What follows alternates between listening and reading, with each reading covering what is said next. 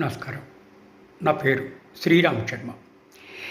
ఏదైనా civil suit pending ఉన్నప్పుడు ఆ immovable property sale deed registration చేస్తే అది ఇన్వాలిడ్ అవుతుందా అంటే, ఇదే విషయాన్ని గౌరవ సుప్రీంకోర్టు ఇద్దరు జడ్జిల ధర్మాసనం జస్టిస్ విక్రమ్నాథ్, జస్టిస్ సతీష్ చంద్ర శర్మ ఒక తీర్పు ఇచ్చారు.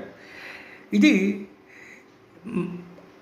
పెండింగ్ ఉన్న సూట్లలో రిజిస్ట్రేషన్ చేశారు సేల్ డీడ్, అది ఇన్వాలిడ్ అవ్వాలి అని అంటే అది సుప్రీంకోర్టు దాకా వచ్చింది. యోగేష్ గోయంకా వర్సెస్ గోవిందా అండ్ అదర్స్లో ఇది రాజస్థాన్ హైకోర్టు నుంచి సుప్రీంకోర్టు దాకా వచ్చింది. సుప్రీంకోర్టు అనడం ఏంటంటే, కేవలము సివిల్ సూట్ కానీ అప్పీల్ కానీ పెండింగ్ ఉంటే రిజిస్ట్రేషన్ చేస్తే అటువంటి రిజిస్ట్రేషన్ ఇన్వాలిడ్ కాదు, అది తర్వాత జడ్జిమెంట్ వస్తే అప్పుడు ఇన్వాలిడ్ అవుతుంది. కేవలము ఈ సూట్ పెండింగ్ ఉన్నప్పుడు రిజిస్ట్రేషన్ చేస్తే ఆటోమేటిక్గా అది క్యాన్సిల్ కాదు, ఆటోమేటిక్గా అది ఇన్వాలిడ్ కాదు అని తీర్పు చెప్పారు.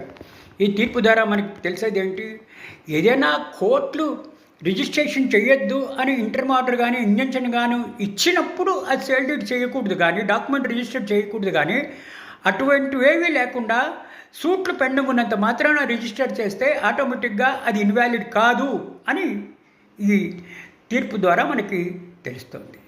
Thank you.